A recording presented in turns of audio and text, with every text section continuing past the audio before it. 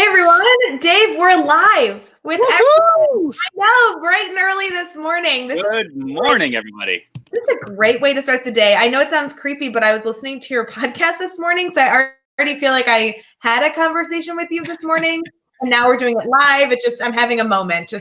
I feel like we went back 3 months, like it's a daily drop-in all over again. It's kind of fun. I did really love those daily drop-in sessions, like setting your routine for the morning. I'll have to figure out how to do more of those. That will be fun. Yeah, well, the daily drop-ins were the reason I set my alarm most mornings, so I could get up and get rolling in order to see this thing get started. So me too. They're like, Ray, you got to be on camera every morning and like dressed and showered. I'm like, oh man, I have to get up and set the alarm. Anyway, we just started our live video this morning. Dave Schmittou and I are live to talk about Dave's book and just celebrate assessment and all things that we're going to take questions, all these cool things. We have a ton of comments coming in. Everybody say good morning. Before we get too far in, if you're brand new to our family, we're so glad you're here. My name's Ray Hughart, and most importantly, I'm with Mr. Dave Schmittou. And Dave, would you mind kind of giving us, like, who are you? You go live all the time with the team. I actually was talking to my mother this morning, and she's like, you're in live with Dave? Is he like on the Teach Better team? You guys are with him all the time. I'm like, essentially, he's family. But I don't know that people like hear about you very often. So would you tell us a little bit? So I feel like I'm that annoying next door neighbor that every time you have a party, come and knock on the door and say, where was my invitation? Can I come play? But that's okay. I forced myself to the party. But I'm Dave Schmittou. I live and work in the great state of Michigan. I have 4 amazing kids. My oldest is going into high school this year. Good Lord. My youngest is going into kindergarten this year. I don't know which one is more terrifying. And then I've got 2 others smack dab in the middle there. This coming year, I'm taking on the role of a professor at Central Michigan University in Ed Leadership, which is super exciting. It's absolutely awesome. We were talking a little bit about that before we went live. It's the perfect gig, absolutely perfect. And then I get to write, speak, and talk to people like you as much as possible. So yeah. Life is good. No, I love everything that you share out. I'm so glad that you're going to be doing so much work with future educators and everything in between, because I'm such a fan of yours. I know I've creepily told you that so many times, and I love that we're able to come live and talk shop together and celebrate. You have a new book coming out tomorrow. Do you know that? Oh my gosh, I do. Yeah, I think the world kind of knows that right now. So yeah. I'm super, super excited. Oh, there we go. There it is. Yeah. I do have to say, go ahead. Dave, I was so excited to talk about the book because it's on one of my favorite topics. So tell us about the book, because I really hope that a lot of our live video is talking through this idea and your vision and all that stuff. So obviously you've done a lot professionally. You continue to do a lot. This is your 3rd book. What's it about? So first of all, I think other people are going to listen to you now and say the stuff you said earlier about listening to my podcast earlier, yeah, that was creepy. But now you said you're a fan of assessment. That makes you even creepier to a lot of people, especially in the world of education. Like, who loves assessment? You and me, right? Yeah, I do. But I think it's probably because we see it differently than a lot of other people. We don't necessarily see assessment as just when the suits come in March and April and say, time to get out the Scantrons and fill in the bubble sheet so we can tell you whether you're effective or not, whether or not your students are proficient or not. There's so much more to it. And that's what the book is all about. It's not about those big summative assessments at the end of the year. It's about educators, teachers, parents, any of us, and how we can truly use assessment in our classrooms so that data is no longer that 4-letter word that we want to scrawl on the bathroom walls, or that we use in the staff lounge instead of the other 4-letter words. We want data to truly be useful and not to be that perverted word that we've made it for the last decade. Oh, what a good concept for a book. How long have you been working on this? Let's see. I just finished my 20th year in education, so probably 20 years, really. I mean, it's not like I sat down and was writing it for 20 years, but it's a lot of thoughts and ideas that have had going around in my head for a long time. And really the impetus behind it was 2 years ago, I was at a conference and I was presenting on a couple of other things. And I had a proposal for a session. And the title of the session, I don't remember the official title, but it was something like using data in your classroom or something. And it got rejected from the conference. And in the feedback I got, it said, no teachers want to go to a session on data. And I thought, what? Are you kidding me? And it triggered me a little bit to start to and it made me start to think, well, yeah, I guess I can see that data has turned into this 4-letter word that is forbidden unless it's the administrator telling you to get out your data log, or we're going to have a data meeting or whatever. And data is now something that that's used against you, as opposed to something you can use to help your students. So, yeah. Yeah. It's so interesting that you say that, because I hadn't really thought about that perspective, because I use assessment, I use data in ways where it's like, we're standing in a classroom, there's 34 students doing 34 different things in my mastery classroom. And I'm taking data constantly. Like, I feel like all I'm doing, I'm a sponge watching students' facial expressions and conferencing with students. And to me, that's the data I need to then be able to evaluate and reassess and reteach and all these other things. And when you say data and assessment, you are thinking of that, like bubbled Scantron or standardized test or park testing, like that actually doesn't even come to mind for me. That's incredible, because when I wrote this, I was I started writing it, I was a building administrator, and then when I finished writing it, I was a central office administrator. And I know that in those roles, the way that I saw data was much different than how teachers saw data and used data. And the goal behind this book is to try to make sure everybody sees it the right way, which is the useful way, not the judgmental way, not the label making way. To use data to truly drive instruction, not to instruct just so that we can assess, but to help us assess so that we can instruct. It's two different approaches to education. But it's interesting, Dave. I know we're going to get a little off topic here, but when you are in college, like when I was in school learning to be a teacher, I learned about this term, formative assessments, right? And so give a student a formative assessment, like an exit slip. It was supposed to be short. And the picture they painted was that you'd collect all these paper tests and you'd look through the data and evaluate them. And then somehow you'd have time to not only evaluate what students had on that test, but also give feedback and then also allow it to drive your instruction the following day. Which, when I tried to do that early out of my career, I'm like, who has this much time in their evenings, right? Because the only time you would be able to do it is in the evening. You'd lay out all of your papers, and then now you're planning the next day's lesson at 9:30 at night, trying to use this data. And it's funny because I hear teachers try that model and then say, I can't do it that way. And they just kind of like wash all that information, get rid of that practice, and they do what they need to do the next day. Yeah. Because when you're able to look at data as something that you can just collect on the spot as you go and really do it effectively, so you're not up at 9 o'clock at night planning things, but you're still able to take all that information throughout your day and plan for the following day or plan for the following unit. It's a completely different mindset on how to use data strategically. Absolutely. And you hit on a few big points that I want to try to expound on if possible. In some of the sessions I have with people, I use the analogy of the space shuttle. And back when the space shuttle was actually launching and we were sending people into space, research said that about 90% of the energy used on the space shuttle was used on takeoff. Not once it was in orbit, not when it was moving or even reentry, 90% on takeoff. I use that analogy because I think the same thing is true whenever we talk about assessment or data in our schools. And we often miss that piece.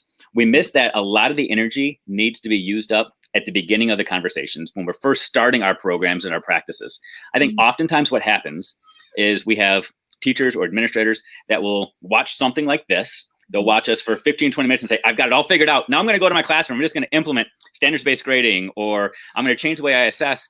And then they hit one of those little roadblocks and they say, oh, and they just give it up and go back to what they used to do because they didn't exert the energy at the beginning to really make sense of it all. I use that whole formative summative thing as a prime example. So often, and I'm going to say some things right now that might, ruffle some feathers, but it's what I do. I poke the bear and then I say, you figure it out. The whole idea of formative and summative assessment is a perfect example. And I'll use a fictitious school to describe what I've seen happen. There's a fictitious school that may or may not be a school that my kids go to. And in this fictitious school, they have a grading policy that says formative assessments are going to count 20%, summative assessments are going to count 80%. Teachers then have to assign a label to the assessment or to the evidence prior to giving the assessment to the kids. The kids do the work. The kids then determine, well, this is just formative, which means it doesn't really matter that much. So I'm going to not necessarily give my best effort or whatever the case may be. Teachers now, remember the idea behind formative assessment, as you described it, it's the assessment or the evidence that teachers use to then drive their instruction. Right. So in essence, teachers are now driving their instruction based off of evidence that we've just said isn't high quality because they've already assigned a low value to it. Yeah. And then we have this other stuff that we consider summative that is supposedly high quality, the stuff that's going to give us a real understanding of what the kids know. But we plug that at the end where we can't do anything with it because it's summative. That makes no sense. Evidence is evidence, whether it's good. I mean, our job is to make sure that we are constantly collecting evidence of student understanding so that we can change and adjust our instruction, period. We need to use it formatively and summatively. We don't throw a label on it ahead of time just so we can put it in a category in our grade book. So sorry about that. I love this. I cannot. This is was like the iceberg of what the tip of the iceberg that I wanted to get into with all of this. Before we get into, you brought up standard-based grading, you brought up formative assessments. I want to talk about all these things. Libby had a great question just asking about how your book is organized, and somebody else asked if you would just repeat the title, because I know a lot of people want to get it on pre-order because it officially launches tomorrow. So as we continue to talk about this, we need to make sure we say the title of the book because I know people are popping in. Would you show the cover and tell us how the book's organized? Yeah. So people who have written a book, it's pretty cool when you get your proof or your sample. So they sent this to me like a week or two ago just so I could hold it. This isn't exactly what it looks like because yours won't have that gray, not for resale or whatever. So do what you want with it when you get it. But it's Making Assessment Work. And then it's the subtitle that I think really drives it home. For educators who hate data but love kids. And I say in the intro to the book, we don't talk about RIT scores. We don't talk about percentiles. We don't talk standard deviations. We don't talk about that stuff that will often turn people away from using data. One of the courses I teach at Central Michigan is statistics. I love statistics. I love looking at that stuff, but most teachers don't.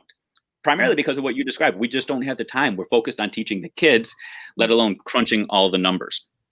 So the book, how's it formatted?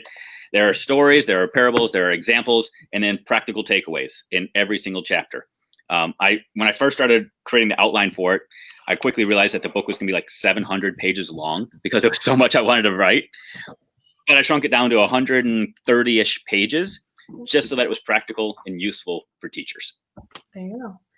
So Dave, there's a lot that you do around assessment, right? Obviously you wrote this amazing book that everybody's going to go pre-order on Amazon right now. I know Jeff Gargas just posted the link on Facebook. I know that where he's watching, but you can truly just type in the title, or what I did earlier this week, I just typed in Dave Schmittou's name in Amazon and you'll see all of his books. This is his third one. But you do a lot with assessment, but you also have been doing a lot of webinars that I know go with your book. But the webinars have been focusing on standard-based grading. Yeah. And I know you said that term earlier. For people who are just popping in right now, love assessment, and have probably heard the word standard-based grading, is there any way that you could give us a little bit of a definition of what that is if somebody's brand new to that concept? Yeah. So again, this is a lot to unpack. But the standard definition that I use is that it's providing objective feedback to students to help better inform our instruction. That's what standards-based grading is all about. Grading is simply shorthand feedback to kids, whether or not you use traditional, and again, using those air quotes of A's and B's or 90%, 80%, whatever it is that you're putting at the top of papers and on report cards, it's a shorthand abbreviation for some sort of feedback that you're providing to kids. But in that shorthand feedback that you provide to kids, there's a lot of hidden value-based subjective opinions on other things that you value other than just mastery of content. Maybe you're grading based off of class participation or effort or whether or not they brought in Kleenex boxes or whatever the case may be. You provided some sort of incentive-laced program, probably. And that shorthand tries to encompass all of those things. When we talk about standards-based grading, we try to eliminate all those subjective measures and say in the grade, we want the grade to just be objective about mastery or the process of learning and where a student is at any given time. It doesn't say we eliminate all those things. It doesn't say we stop providing feedback on neatness and punctuality. We have mechanisms for that, and we talk about that in standards-based grading as well, and how you can still provide that feedback and encourage that growth, because that's all super important. but we want the grade to just be based off of objective measures of student growth, period. It's like music to my ears, Dave. This is a topic I'm so passionate about, and I have heard so many people give you talk about your sessions on standard-based grading, and just talk about how easy you make it sound, how there's really needs to be just practical ways to implement this philosophy, and it really is a mindset more than anything else.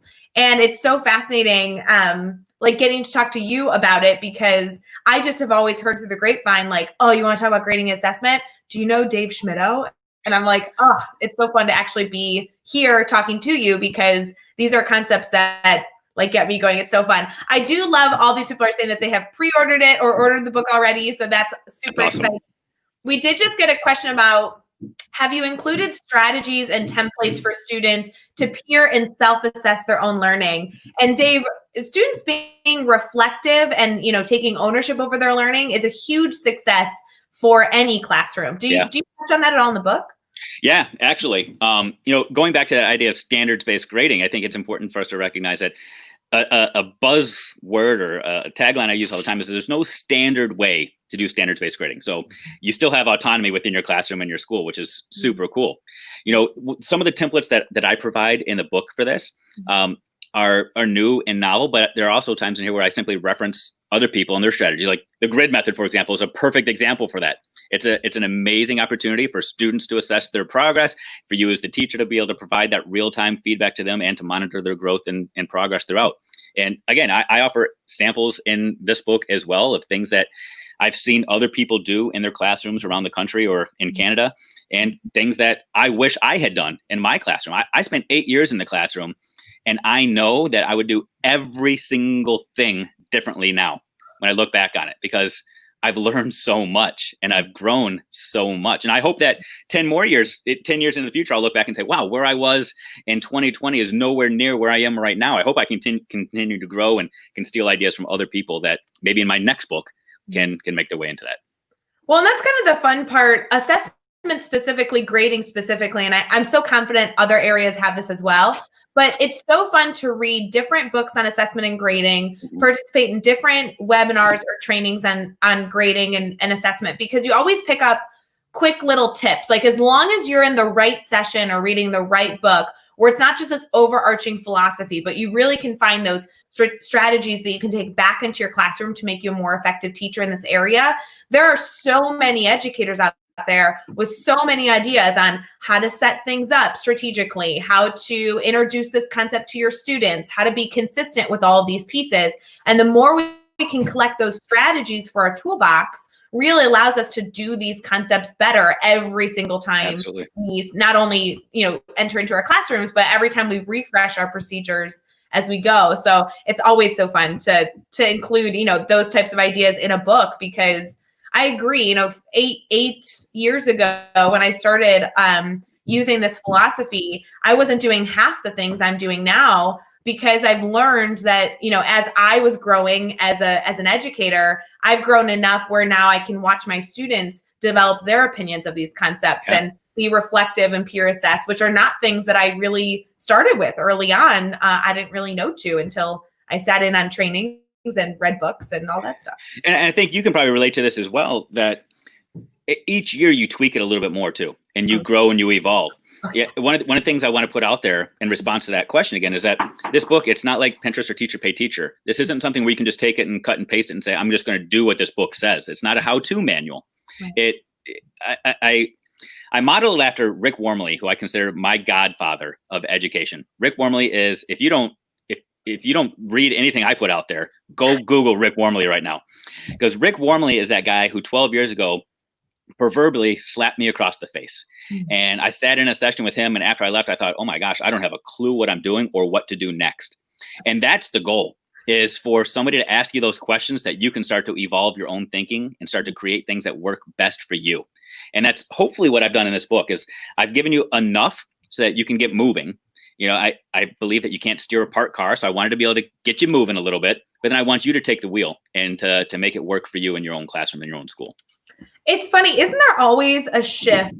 There's always a moment in an educator's life, right, especially with assessment and grading, I feel like where you have that like slap in the face. Like I very much remember, and this is so silly to say, I remember when my journey started where I began to care about grading and assessment. I was sitting in my first classroom in Galesburg, Illinois, which is like the super small town. None of you have ever heard of it. There's like, it's very, very tiny. And I was sitting at my desk and I had just assigned a quiz, my first quiz as a full-time classroom teacher, right? And I gave out this quiz and they had their dividers up and everybody took the quiz on the same day. And I was sitting at my desk with all these quizzes and I had to grade them. And I looked at the quiz and I was like, how much is a quiz out of? Like, who teaches you that? Like, how much is a quiz supposed to be? How many points? And I remember looking at the quiz. I had done everything right. I had aligned the standard. I did all the things that you're supposed to do. And then I'm looking and I'm like, crap, how much is this worth? Like, how do I grade this? And then you start grading and you're like, do I take off half a point? Do I take off a full point? How many points are the questions worth? Like, I just spiraled into this. I'm like, this seems so ridiculous. Because when I was a student, my quizzes were out of a certain point, and my teacher was like such a professional at knowing, well, if you did this, then that took off this many points. And I didn't even question it as a student. I'm like, obviously not circling your answer meant you lost 5 points. Obviously, right? Whatever. And I myself sat there and I'm like, there's got to be something beyond me arbitrarily assigning a point value. There's got to be someone who's figured this out. And that's where my journey started in trying to understand feedback and grading, because it's interesting. For me, when I was a classroom teacher, I was very good at helping kids play the game of school. I mean, points were the token economy in my classroom. If you want to make me happy, do something for me, I'll give you some points for it. Like I jokingly talk about the Kleenex boxes, but teachers in middle schools, we need some Kleenex boxes and hand sanitizer. You bring them in, you're going to get the points. But the grades then became based off of that. When I was in the classroom, I didn't realize it. It wasn't until I became an administrator, really, and I had some of these eye-opening moments that I realized, oh my gosh, all I did was teach kids to play the game of school as opposed to really teach them how to learn. And the moment for me was actually my very first teacher evaluation. I was allowed to do it as a principal. I thought that I was going to go into a classroom. I was going to start off pretty easy. I went into the classroom with a teacher who had the reputation of being the best. And she is very, very good. Probably one of the best instructors I've ever seen. Super organized, meticulous. She has it all. Went into her classroom and I was just evaluating her, thinking this is going to be awesome. After I leave, I'm going to give her all this great feedback. Word's going to get out that Schmittou is this evaluator that just looks for the great things. And as I was leaving her classroom with tons of highly effective things marked in my little rubric, I noticed right by her door, she had a big bulletin board where she had her monthly plan laid out. And on the board, so this was on a Monday, the following Wednesday, so what is that, 10 days from then, she had written down test day on the board so kids could be organized and planned ahead. And 99.9% of the other teachers would look at that and say, that's awesome. She has her whole month plan. She knows where she's going. But I saw that and it started some questions in my head. And those questions made it into feedback. And the question was simply, how do you know your kids are going to be ready for a test that day? And then it led to, if you know your kids are ready, why do you need to give them a test? If you don't know why that they're ready, are you setting them up to fail? And it was like this catch-22 question. And I went and we had this conversation, and the conversation that she and I had just spiraled and spiraled and spiraled. And I realized I didn't have answers to what the questions I was asking her. I didn't know what the expectation was. I didn't know when you're supposed to give a test or what the purpose of a test was or how much evidence you should get. And that led me to go look for Rick Wormley, and the rest is history. But it was because I saw this teacher that was amazing at organization. She was meticulous and she was a great instructor. She stuck to her plan every single year. She went to her file cabinet and pulled out the right lesson on the right day. And most other teachers looked at her and said, that's amazing. But now that I look back on it, I say, was she really meeting the needs of her kids, or was she just super organized? And there's a big difference there at times. And that's what this book tries to uncover, is how can we truly use assessment to help drive our students' needs, not just our own desire for organization. I talk a lot about this with teachers when we're talking about, I don't care what, some sort of self-paced classroom, right? Mastery learning, the grid method, I don't care what you use. That's not what this session's about right now, but where we're talking about like how to take an assessment, right? So So at what point do you give students assessment? Do they have to take it all on the same day? One of my conversations I go to all the time is my jokingly conversation that went on for about a month with Chad Ostrowski when I was learning about running a self-paced classroom, and I couldn't figure out how to hand out a quiz. Like that was, I'm like, you have to give it to the student. He's like, why? I'm like, they have to come to me. If they're all not going to take it on the same day, they have to come to me and I have to hand them the quiz. And he's like, why? Why can't they go get it? Like put it in a folder, have them go grab it. I'm like, because what if, Dave Schmittou, what if on a Tuesday, a student walks over to that folder and takes the quiz and gets halfway through and realizes they don't know it. And then they like throw the quiz out and have to go back and learn it. And now they've seen the quiz. And he's like, hold on, Ray. Yeah, what if on a Tuesday, a student tried to prove that they understood something, realized on their own they weren't ready and didn't fully understand the concept, go back and fully understand the concept and then try it again. What if, right? And I'm like, it's so funny because I remember being stuck in this mindset of what assessment and feedback and grading should look like versus what's practical and maybe what's best for students. And I think we all have these hurdles, these sticking points where if we really question why we want that done or why it feels that way, it does spiral. It just goes into this conversation like, I don't know. That's just how it should be. Maybe, it's because that's what was done to me. And if I have to endure it, you have to endure it, right? Right. And there's so many times where I'm talking to an educator about how I conference with my students on every assessment, every formative summit, doesn't matter. Anytime we're talking all the time.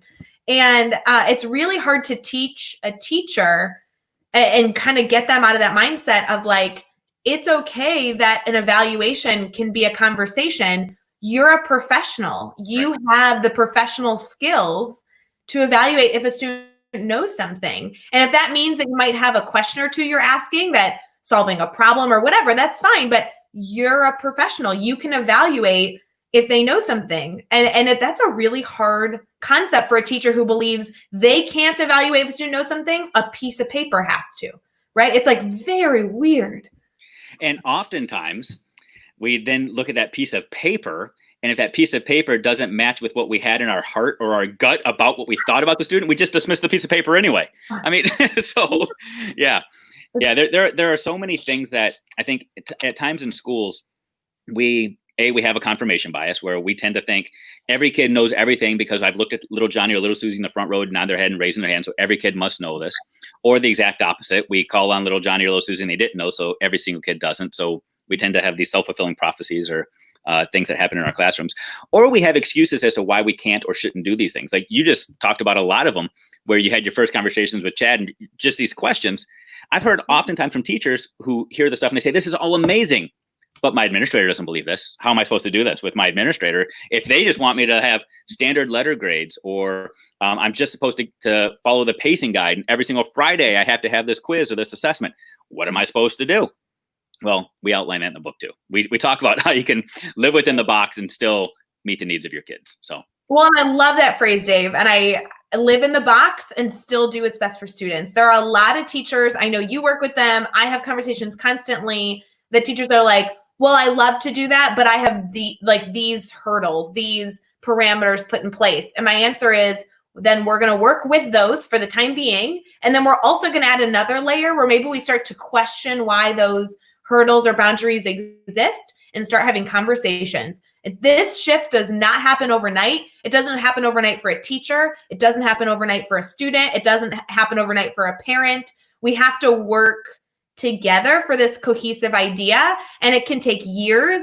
But as an educator, you have to at least start somewhere, right? It's not going to be perfect. My system's not perfect. I've been doing it for years, but start somewhere. Yeah, that's it. I mean, what we do, our kids will do. And if you're not willing to take a chance and try something new, don't be shocked when your kids aren't. So go try something new. Try something new, period. Totally true. And it's so tricky, but especially building a support system like Dave, you had talked about how you're reading books, you're attending sessions. The first step in being better at assessment, being better at feedback, being better at grading. Absolutely. We talked about the webinars, and I encourage people for the webinars, don't ever come to one alone. You need to have somebody with you so that when the meeting is done, you can continue the conversation, and you can, even if it's just to say, man, Schmittou is such an idiot. Can you believe he said this? And you can have that conversation and debate it. You have to have somebody that you can talk to that's going to help grow you. That iron sharpens iron mentality it's so necessary. So yeah, you've got to continue the conversation. There are no longer taboo topics in education. None. You've got to be willing to have the conversations in the staff lounge that you're willing to have with your kids. Otherwise, there's not going to be any growth. Yeah, no, it's so interesting. So Dave, you've written an entire book on assessment and, all these different ideas. I know that you really believe this should just be one of the many pieces that people continue to take on their journey as they form their own opinion and philosophy and really try and serve their students well. Was there any point in the book, any part of your book that you're either really excited for people to read or you are kind of maybe nervous about people to read, where maybe you address some challenging ideas? I mean, to be completely honest, assessment's a really hard idea to write about. So I'm sure there's a lot of different, concepts, but anything that comes straight to mind? I know there are going to be some moments where if they're an administrator, they're going to be looking at it saying, oh my gosh, I got to change our entire student handbook, for example, where we have the grading scale outlined, or if you're a classroom teacher and you've used the same syllabus for the last 20 years, there's a chapter where I say, don't be mean. And the main concept is quit using the mean, quit using the average to figure out a student's final grade. Don't take their early misunderstandings and average it together with their later understandings and try to come up with a score just so that you can have a grade to throw in the grade book. That's going to be an interesting conversation to have in schools to figure out the next steps for schools. I'm super excited just to see the conversations that take place. I'm hopeful that some schools or some grade levels or departments will take this on and have a book study, and then they'll take it to the next level of saying, okay, so what do we do with this information? Because it's one thing just to read it. It's, I just finished White Fragility, for example, and I read that book and it was powerful. It's one thing to sit down and read it on my deck with coffee and then move about my life and not do anything with it. It's the next step to take some action on it. And not trying to equate the two, but we should be doing the same thing with anything that we read. Process it, learn it, and then act upon it. So I'm curious to see what happens after the fact. Yeah, read it. Take July, August, read a cool new book, and then what's different in September. Whether it's virtual school, whether you're face-to-face, what are you going to do differently with the new information? Well, so that leads me to my next question, because Dave, I've heard endlessly, and I'm not saying that this is wrong, but teachers are really tired.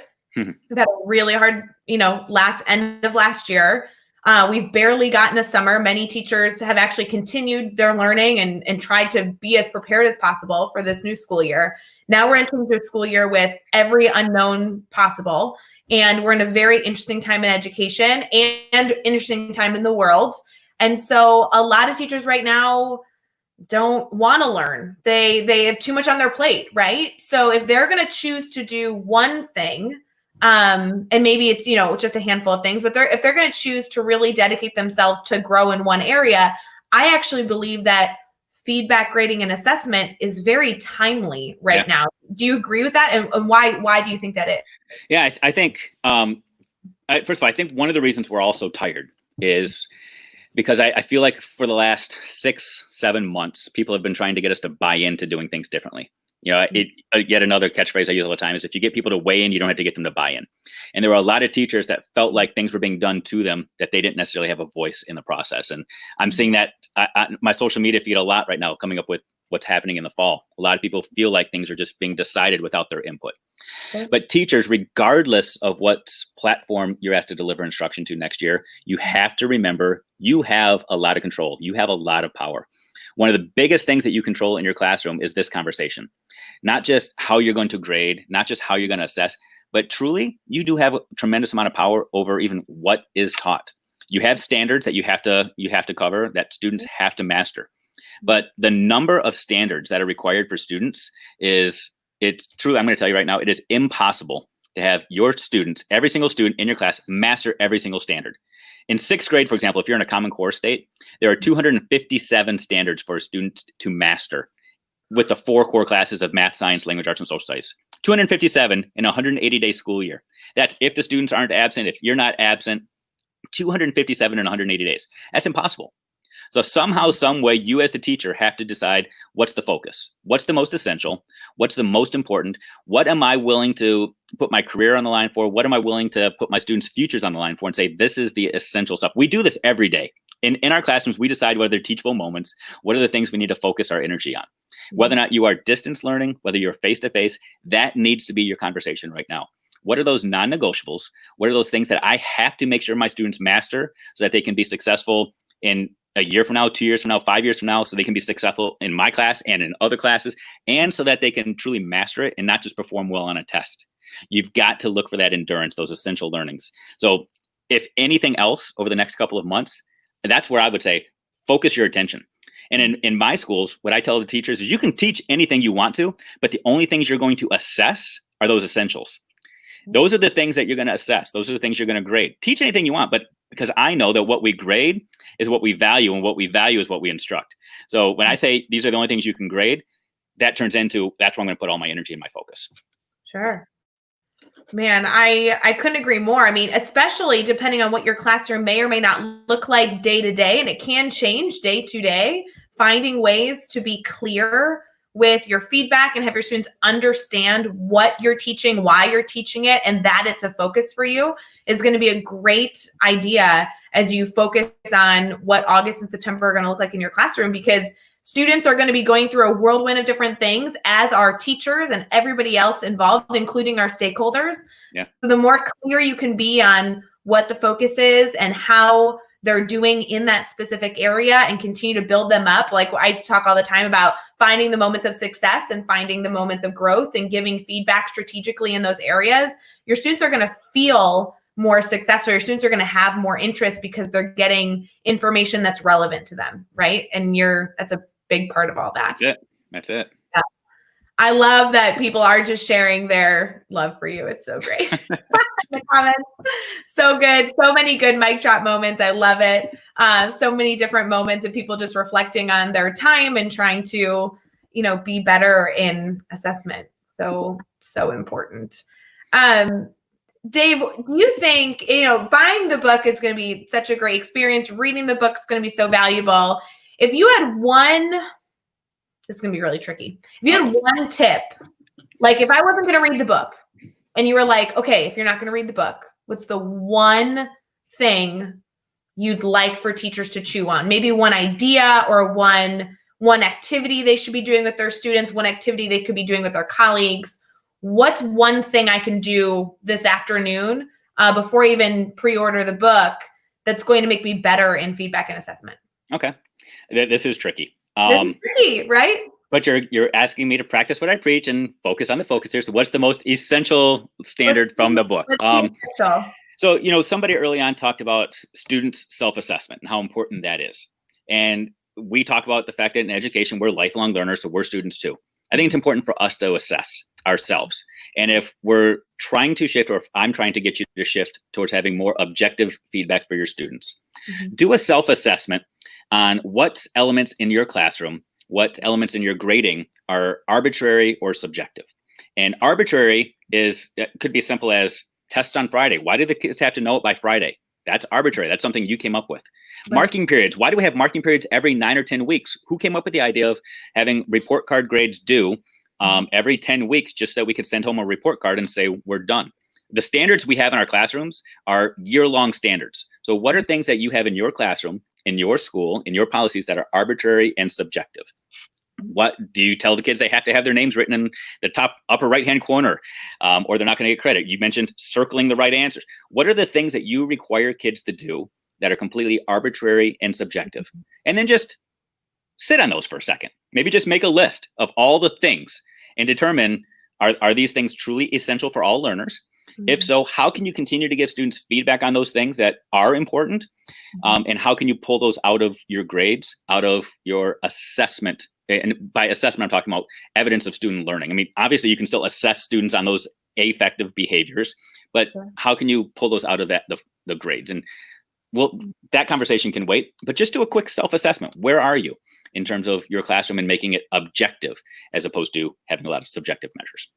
Oh, it's so interesting to think about, because you're right. I think I think my initial reaction was, oh, I don't have a lot of those. And then you started listing a few and I'm like, yeah, when I was teaching, not without this, model that I'm using now, everything was just because I said so, right? Yeah. So like the test is Friday because I'm the teacher and I can make that decision. Yeah. It's like it's out of 10 points because I decided. Right. I was a U.S. history teacher, and one of the assignments I made my kids do, I had two of them that were absolutely I probably had thousands that were horrible, but two that were, I look back at it now and say these are horrible, but I justified them. One was I made the students list all 50 states in 5 minutes or less, spelling counted. Another one was list the presidents in 5 minutes or less. Those are good. Those are quality. I could justify them, but it's totally arbitrary. I mean, first of all, 5 minutes. Why? Why does spelling matter? Why do they even need to know those? It's completely arbitrary. Completely arbitrary and subjective. It's interesting, Dave, because a lot of teachers could be listening, being like, no, knowing the states is important, or knowing, like, don't get me wrong. We're not saying that concept isn't important. Right. It's why why the other things existed, right? Do we have a time frame because as a teacher, we only wanted to commit 5 minutes to this learning opportunity? Is there some sort of strategy there that, it's really kind of getting to the root of why these rules existed to know if they still should exist, or it's not about the idea itself, but why was that initially brought up? Like I talk to teachers, all the time that say, I have to have 2 books in the grade book or 2 grades in the grade book a week. And I'm like, okay, so we can dive into that, but let's talk about why was that created as a rule in your district? Because if you can start looking at why these kind of, I don't know what to call them, but why these rules existed in the first place, we can actually find a better solution that serves students more effectively. Right. Because when you talk to a teacher about needing 2 grades in their grade book a week, well, it probably was set in place because maybe leadership was concerned we weren't communicating with parents very often. And so they were trying to communicate with parents. Maybe they wanted to further emphasize how important it was to formative assess students. So they wanted to make sure you were like tracking students' growth. I mean, I'm not saying that solution was really the best idea, but that's probably where this came from. So how can we still meet that same concept, but do it a little differently? That's it. We have to assume the good and doubt the bad. We have to assume that the rules that were put in place did serve a purpose and were there for the best reasons. Very rarely does a suit or a politician come in and say, I'm just going to disrupt everybody's world by coming up with horrible ideas. I mean, obviously there are some horrible ideas out there. There are some awful rules. We get that. But we have to assume that people had the best of intentions. And what I know I'm guilty of at times, when I hear something and I say, this is just horrible, this is awful, instead of trying to dig deep and try to analyze it and try to figure out how I can play within those rules, I just rebuff it and say, I'm going to do things my own way. And I try to go off grid. And that causes more issues oftentimes than trying to figure out the why behind things. And again, assuming the good. Something else I'll tell you right now, flat out, and this is going to turn off a lot of people. I'm not necessarily opposed to those big end of the year assessments. I'm not. I know where they came from. They came because people that wear suits all the time, politicians, looked at educators and said, you're not doing a very good job of accurately assessing your students. You're not really looking at your students, trying to figure out what they really know and what they don't know according to the standards. So we're going to come in and do it for you. Now, that's a problem in and of itself, having other people come in and assess our kids. Get it? I'm also not saying that those assessments are the best quality. I'm not saying that we get those assessments in a timely manner so that we can do anything with it. Table all of that.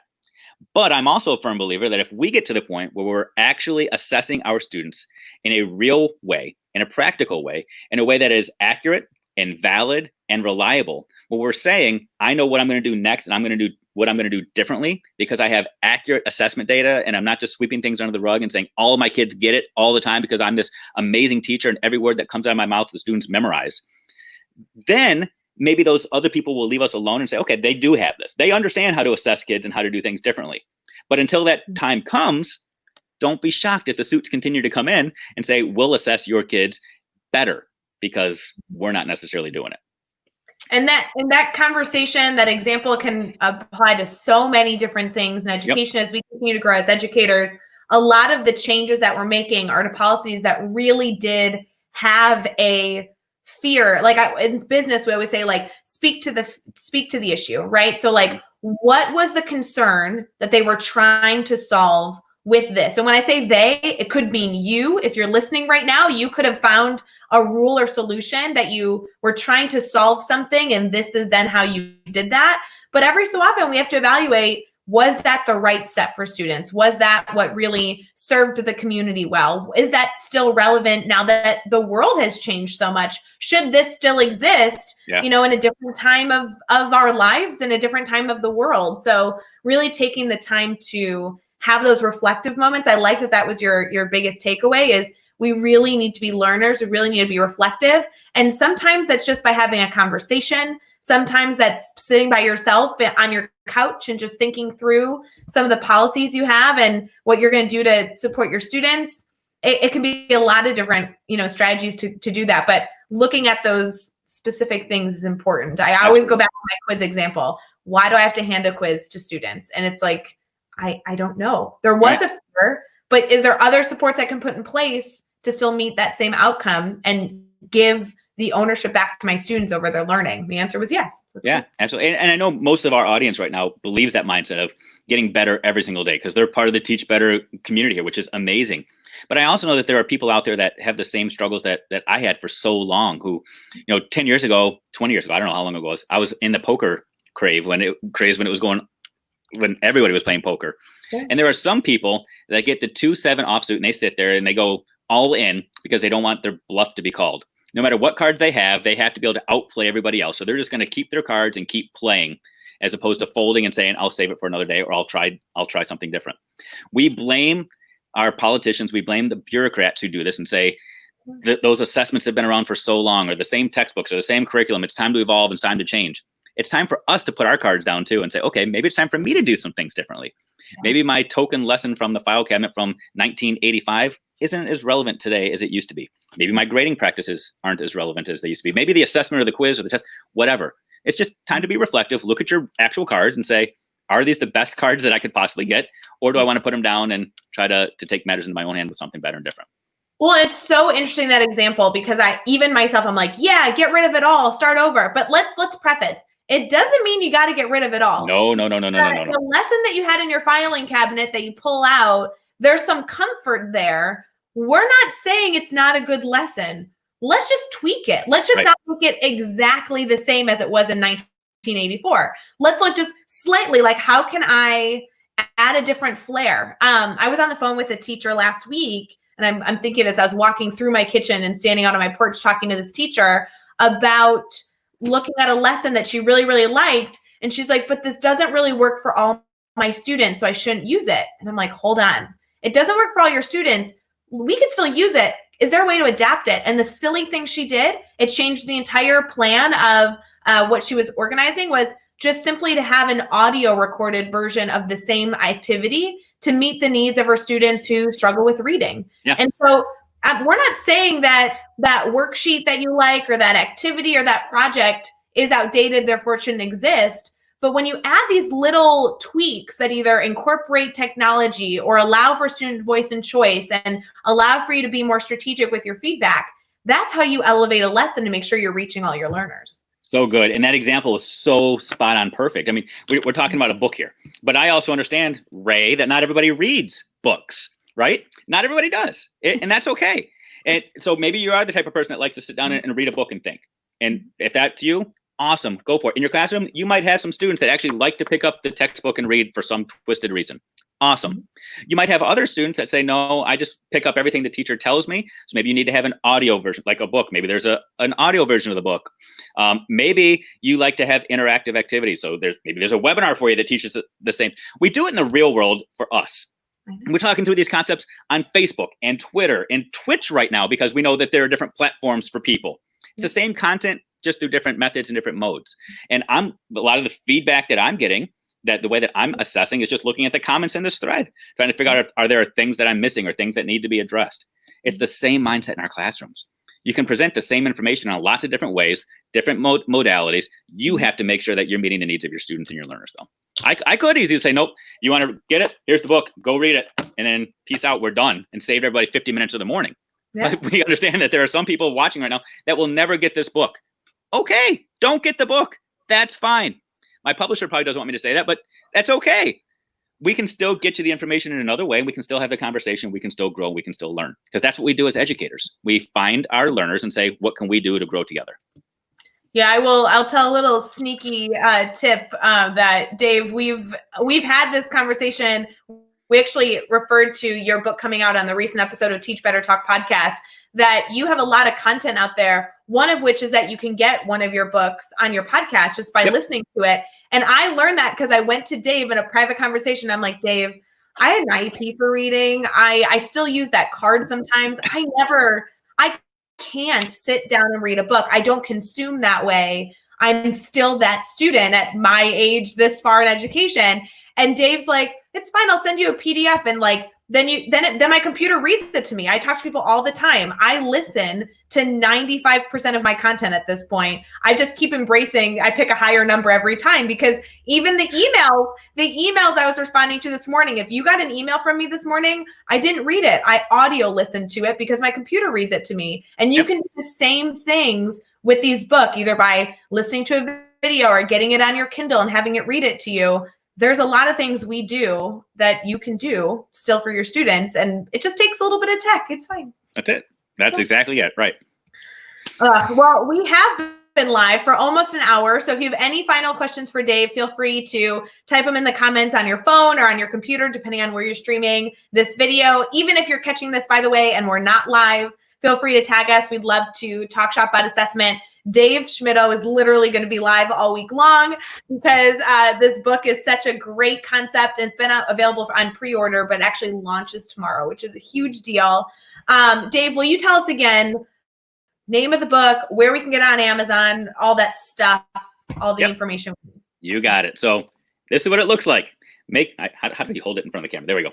Making assessment work for educators who hate data but love kids. There's a bit.ly out there. If you just do the bit.ly and then the / and then my last name, figure out how to spell my last name, you'll find it. Go to Amazon, just type in Making Assessment Work, you'll find it. Yeah, it's right there. Right there. That's whatever. Again, Vanna White is completely underrated. That is a legit skill. I don't know. But Making Assessment Work, if you just do that, you'll find it.